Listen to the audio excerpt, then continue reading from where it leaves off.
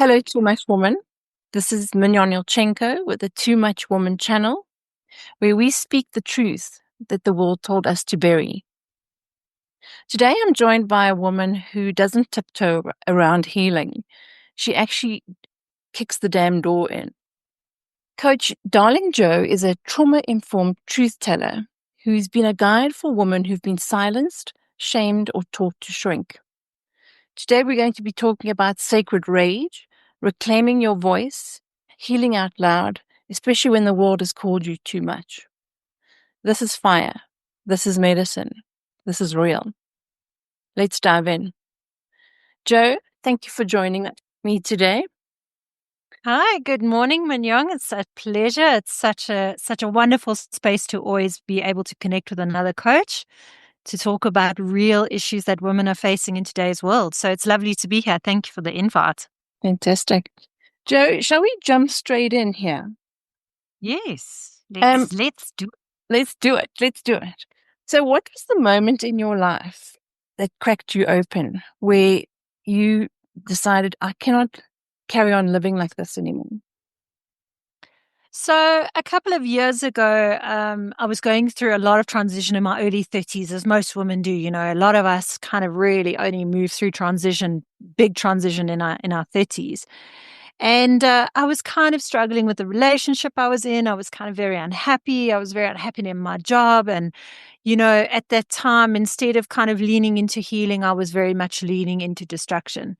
Mm. And I found myself connecting, you know, my partner and I had taken a break and I was sort of on a rage and I was just kind of, you know, living my best life. And anyway, long story cut short, I connected with a person online and we sort of hit it off. And this person happened to live in Mauritius and invited me to go visit them in Mauritius and not thinking, not listening to my intuition, not doing any of those things. Just, you know, I decided to go and, yeah, it turned into a very scary experience that almost kind of ended up with me getting murdered. But long story short, I managed to get out. And it was at that moment, I think, coming back that I just realized that something had to change. This was the moment that I kind of realized that, you know, if I do not kind of lean into myself and really start listening to the signs that are coming and my intuition, I Mm. am going to end up not on this planet anymore. And it was a huge wake up call for me that really kind of decided to crack into all the terrible habits that I was kind of doing at the time. And yeah, it was a pivotal turning point in my early 30s that really did shape the rest of my 30s. So glad to say that it actually did happen. It was quite a positive thing in the end. Sure, it's quite a story. Yeah, it might be a whole podcast for another time, but that was the short version. Yeah. So, Joe, was there ever a time that you felt that you were too much for the people around you? Absolutely. I mean, as you can see, I'm quite loud as it is. And, you know, in my previous career, I was a sound engineer and I used to basically do sound audio for TV commercials and radio. And back in the day, in the early, you know, I'd say 2010 around World Cup, we used to sit with a lot of people in a room together. And, you know, that was sort of how you did jobs. And I remember starting out in my career and people saying to me, "You are a lot," because I Mm. had a lot of energy. And Mm. I was just like, I was very excited and I was always trying to inject entertainment and trying to be the, you know, the whole sort of entertainer of the whole room. Mm. And I remember quite distinctly back then being told, "You are way too much. You need to take it down. Take that volume and just," but it's never really been one of my strong or PowerPoints to actually turn down my volume. And Mm. the older I've got, the louder I've actually turned up the volume. So it used to bug me when I was younger. Now it's just like when people say you too much, I say thank you. Yeah, I'm it's glad. fantastic. Fantastic. Thank you for noticing. I'm a lot. You want me to help you turn it up? Yes, I'll show you how. Just show, I'll plug you Ask in. me Yeah, how. absolutely. So, Ah, for the women who carry there's silence. Silence often becomes an ache, Mm, and you become so familiar with that ache that you don't recognize it as an ache anymore. absolutely. How did, um, sorry, I'm just having a look at my notes. No, all good. How did your ache show up? I mean, you did explain to us what cracked you open, but what was your ache? So I think definitely there's been an undertone of not good enough for a good portion of my life. I mean, I know this is a struggle that a lot of women have, not being good enough. And I think for so long, that silent ache was just always there. And it was completely mirrored back to me in just about every, circumstance that I had in my life. There was this mirror to just say, oh, there it is again. You're not good enough. Mm, So I think for so long, I just carried that ache around in my heart. And it really did take me down the wrong roads. It really did, encourage terrible situations that just reinforced my ache and belief of not being good enough. And I would say only in the last sort of 6, 7 years have I been able to actually go in and actively heal that not good enough, so mm, that it no longer is the undercurrent to everything. Now I lead with power and intuition and love and faith and trust in myself, whereas mm. before I was very much leading with not good enough. And that's going inside yourself and finding the truth. Is that correct? Very much so. Yeah, very much connecting to my intuition, trusting in my heart and my head and my heart and my intuition that I'm very much aligned with, the life that I'm creating rather than pushing against a current that's not for me. I think so often as women, we have this need and this, especially if we are running with a narrative of not good enough, we go along the wrong route to try and solve that not good enough Mm, instead of just turning inward. mm, I did meditation training a couple of years ago, and that was one of the first things that really helped me sort of turn inward mm, and, allowing myself to sit in meditation and connect to my heart and connect to my intuition and really kind of ask the question, okay, what do I actually want here? How do I want to move forward? How do I actually want to lead with love instead of fear? And, when I started to sort of turn that mirror the other way, things really changed. Yeah, turning inward, yeah. 100%. It's interesting that you mentioned meditation because that's also a daily practice of mine. And Yeah. for a long time, I thought to myself, I'm meditating every day. I'm doing all the right things, but Mhm. I'm just not feeling it. And then when I had my crack, I realized that meditation is actually about feeling what you're feeling. Yeah. It's sitting in the fire and feeling. Actually, meditation softens you to feel, because that's why we're here, right? To feel, to be physically, 100%.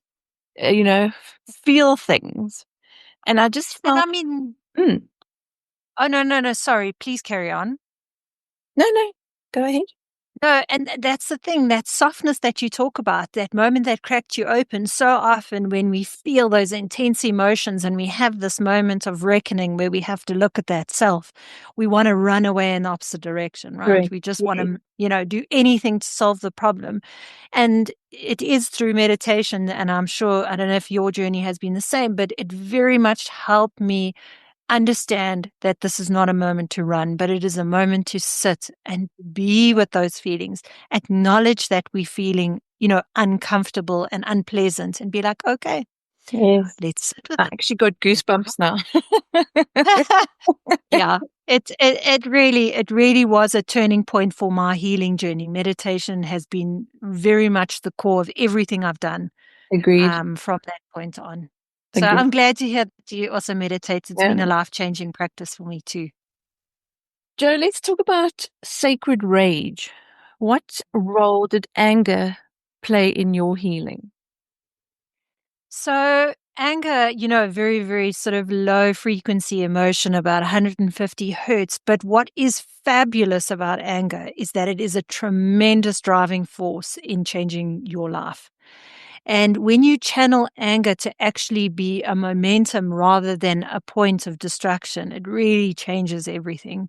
So for me, anger was very much a driving force. Every time I get to a point of anger, I know I've reached a growth boundary. Because often anger accompanies my frustration. They're pretty much a hand-in-hand arrangement.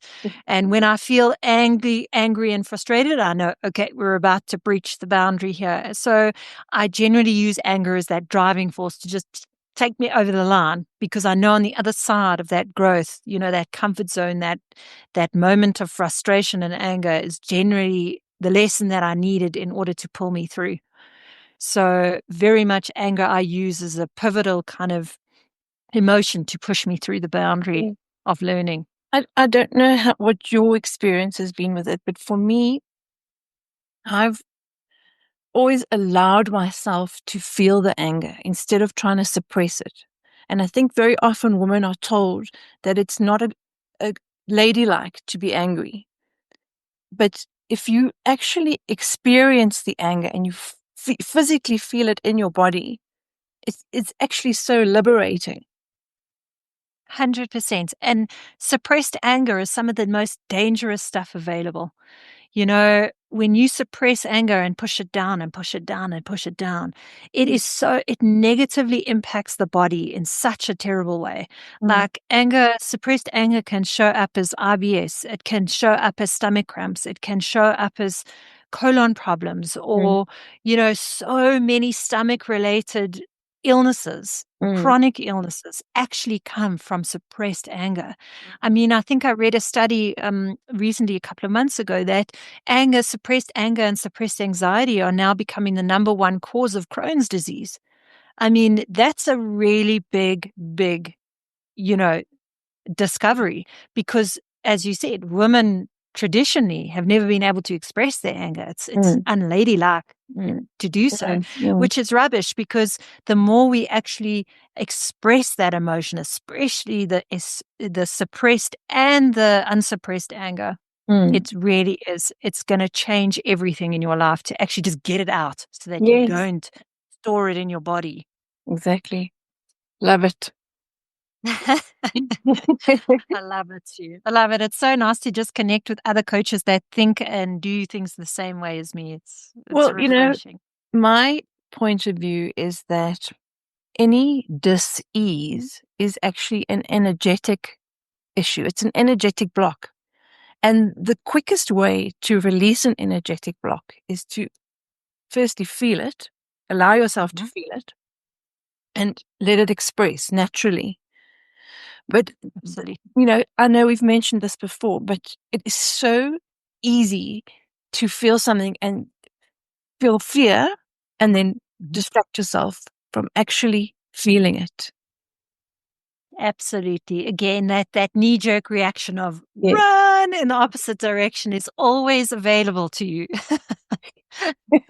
It is always available. So this might be a little bit of a personal question, but what radical truth did you have to admit to yourself? So I think the radical truth that I had to admit to myself was that no one was coming to save me. I think for so many, I grew up with a single mom. We weren't affluent at all. Life was a struggle from very early on. And I think I always had this kind of notion or idea that someone was coming to save me. That was never going to be my life. I was never going to have to struggle and save myself. But I think that hard truth became very apparent with that event that cracked me open. No one was coming to save me. And I think it was one of the truths that actually kind of shaped a lot of the journey going forward, is that I think the moment I accepted that, then everything else kind of opened up. Because if we spend so much time hoping and praying that someone's going to save us, we never really take the step forward to change anything in our lives. I think you inevitably just stay waiting in hope that someone is going to come and solve all your problems. And it's very rare that that actually happens. And if it does happen, The person that steps in to save those problems generally creates a whole lot of new problems Correct. that you didn't even know you had. So I resonate with that very much so, Joe, because I had the same issue. You keep thinking that someone's going to save you, but a question that sort of has come up for me now is, where do we get that notion from? That we almost... I think it's the Disney formula. I think, I mean, this is at least for me. I don't know if you hold the same belief, but I think just from so early on, we're fed this idea that the prince on the white horse is coming. Whether it's a metaphorical person or an event, but it's coming to save you. I don't know. I don't know if yours has been the same experience, but I think for me, it's been the Disney formula from early on, just that constant reinforcement that don't worry, someone's coming, and it's definitely, that has not been my experience. I don't know about yours. Well, when that actually sank in for me, it actually came as quite a shock, because now you're accountable and responsible for your own life and what's happening in it and around it. 100%. 100%. And I remember reading in a book a couple of years ago, I think the best line I've ever read about realizing that no one's coming to save you is, it's time to pick up the reins of your life. You are in charge of the horse that's charging. And when you realize that all it takes is picking up the reins, you've got it. That's it. You never look back after that, because then you charging the direction, so to speak.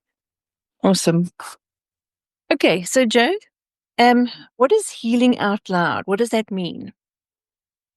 So I think healing out loud is always messy. I mean, I think this is also a preconceived notion that so many people have, is that healing needs to be this quiet, retreated journey that no one's allowed to see.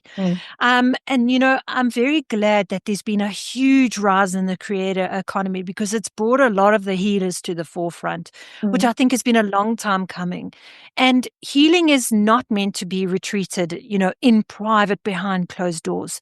Healing is loud, it's often messy, and it's important that it lives on the outside of you and the experience that you're having, because I think that's what inevitably actually seals the deal and really heals the wounds when we speak about it, when we open up about it, when we tell people about it, connect with other women who are struggling with their own healing journey, because it's not linear.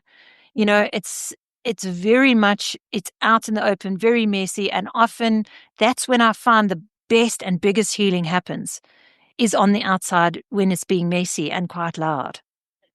But if I have a look at my own experience, I think what would put a lot of women off from healing out loud is the fear of judgment. I know that it was very scary for me to let myself be seen. I'm still working on that, every day, because it is a scary thing to allow yourself to be seen for who you actually are.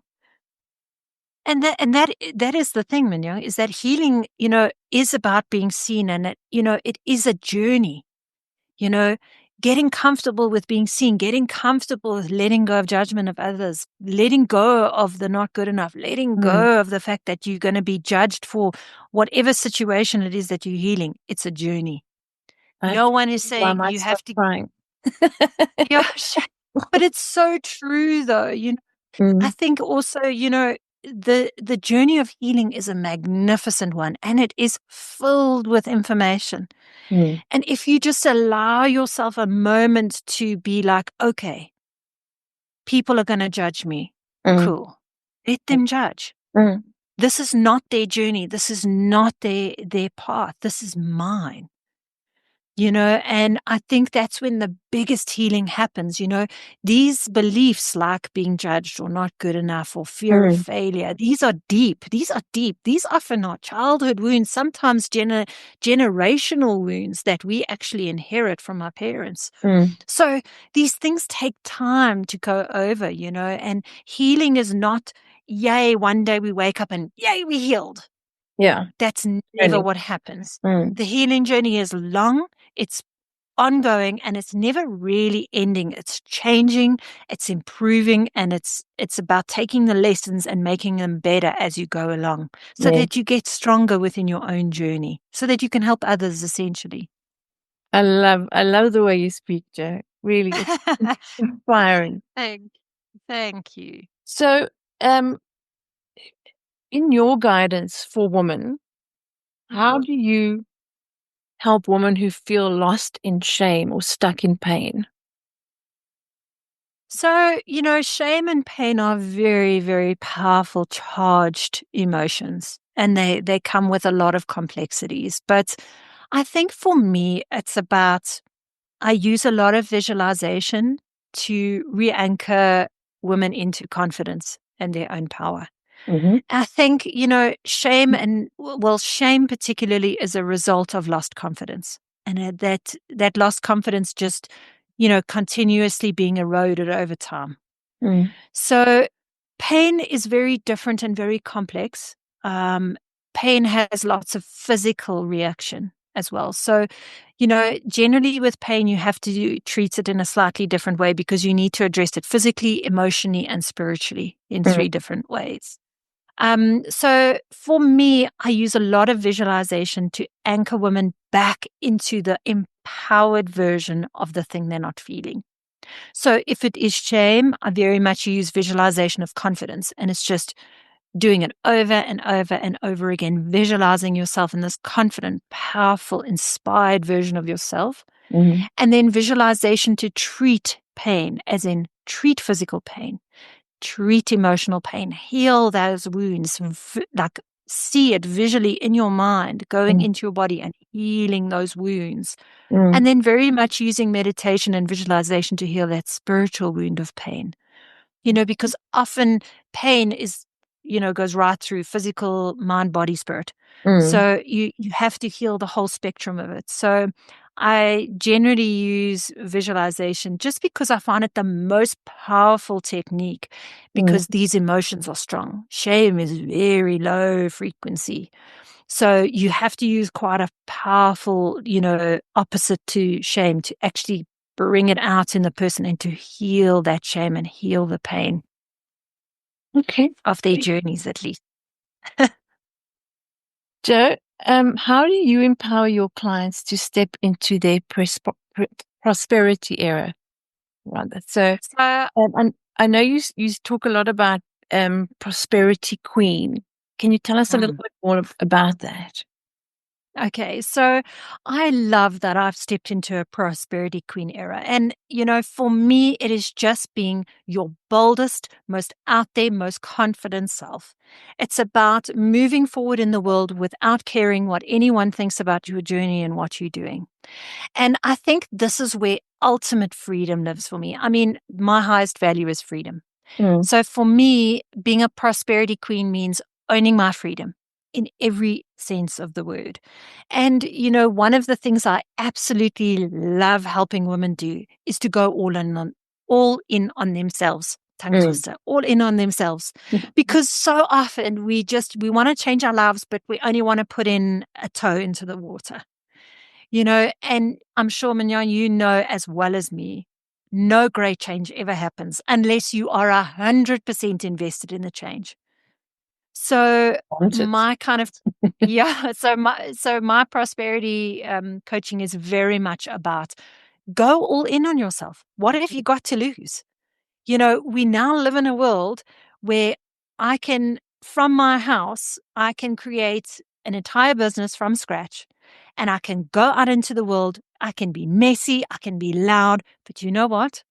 This is my prosperity queen era. I am taking ownership and I'm taking the reins and I am going to gallop forward and I'm not going to worry about what's happening on the sidelines because women deserve to stand in their power. I mean, the more I see women rise through these spaces of healing, the more I'm just excited about it because it's so long overdue Yes. for women to just support each other, lift each other up, and just show the world that we can heal these big problems that are out there. We just haven't had the space to do it until now. That's very So, exciting. Joe, that was awesome. I mean, and that is exactly how I'm feeling as well. And the more I do it, the more I want to do it. It sort of gains momentum, if that makes sense. And you 100%. really start living into that prosperity queen feeling. Yeah, it is. And it's a feeling that begins to rise. And that feeling is just being empowered. It's Mm, just, we all have a talent and a superpower and a skill that we need to share with the world. And the moment you know what that is and you start using it, that mm. purpose and passion just sort of, they sort of lock together. And then, it just feels right. And that's that Goosebumps kind of again. that Goosebumps That's that again. prosperity queen era, like, "I'm here and I'm not going away." So, what does being a too much woman mean to you? So, I think any woman that's, kind of out there just being loud and bold and refusing to go away about whether her message or her business or, I think she's labeled too much. Mm, And I think this is a very, again, very old world thing. And I think when I hear someone say that woman's too much, I think, good. mm, There we go. She's starting to make her path. And I think women need to become too much. I think we've been too little for too long. And we've just allowed everything to kind of overtake, how important we are in the healing space. I mean, even the healing space for years has been dominated by men. mm, And women are actually far intuitive healers. We are connected to our intuition. We're softer. We have emotional EQ intelligence. And all of these factors play a huge role in healing and helping other women lift themselves up because, like it or not, women actually, there are a lot, like, don't get me wrong, there are women in the kind of corporate space that do step on each other's heads. But I think what's so nice about the creator economy is that women are very much supporting one another and lifting each other up. And I mean, here's you, you reached out to me, and you wanted to build a relationship and a platform with me. And I think it's amazing. And I know that so many women are going to resonate with the bravery that it took even for you to step out of your comfort zone and mm. reach out to somebody you didn't really know that well to say, what, I'm here and I want to do this too. So well done. And it's amazing. And it's always so nice to be part of your journey too. And living your best and most queen era. Thank you, Joe. So, shall we wrap up with some rapid fire questions? Are you ready? Rapid fire. Let's go. Here we I've got the go. right hair for it. It's sort of quite flamey Oh, I today. love your hair. Love your hair. And I know a couple of other women who would love your hair too. My daughter. Yeah, don't let her see it because if she comes home with pink hair, you can't be mad. You can't be mad. Exactly. Okay. One word to describe your healing journey. I would say illuminating, just because every step of the way it's just been full of answers. It's just been these moments of like, oh, okay, wow. Okay. Oh, I see it. Thank you. Thank you. Thank you. Thank you. And just being able to mine those moments and take out the lessons so that I can progress in the healing journey. So, and I'm so glad it's actually happened. Like the woman I am today versus the woman I was 15 years ago, there's just no comparison. So illuminating, Fantastic. definitely. A lie you no longer believe. That there's no ceiling. No, that I no longer believe that there is a ceiling, excuse Mm, me. So I grew up very much with the belief that you are limited by a ceiling. There mm, is only so much, so high you can go, and you hit that ceiling, and that's the kind of the full scale of your potential. So there is no ceiling. mm. And once you realize there is no ceiling, the potential is infinite. Yeah, the sky Jump as is high not as the you. limit. Yeah, absolutely. Absolutely. A truth that you live by now. Trust your intuition always. It's never wrong. Amen. Um, Amen. yeah. Amen. If I had listened to that voice, that initial question that you asked me, if I had actually paid attention to my intuition, the signs were there from the beginning. Mm. All the warning signs were there. I just ignored them. I didn't want to hear them. I didn't want to pay attention to them. And it really went south. It really went bad. And, now I just listen. If I hear that voice and I hear that intuitive voice, whether I agree with it or not, it is always right. It has always got my best interest at heart, and it's always guiding me to the highest part of my journey. Trust your intuition. Preach, sister. Preach. Those little like hands. Okay, last question, Jo. What's a message that you want every woman in the dark, still in the dark, to hear? It's okay to step into the light. You don't have to live in the dark.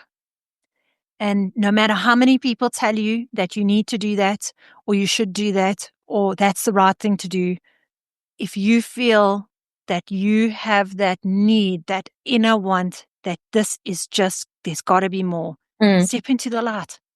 Step into the light and believe in yourself. Believe in yourself, because the most incredible things can happen when you step out into the light and you do start being seen. I mean, you said earlier that one of the things, judgment has been a hard journey for you.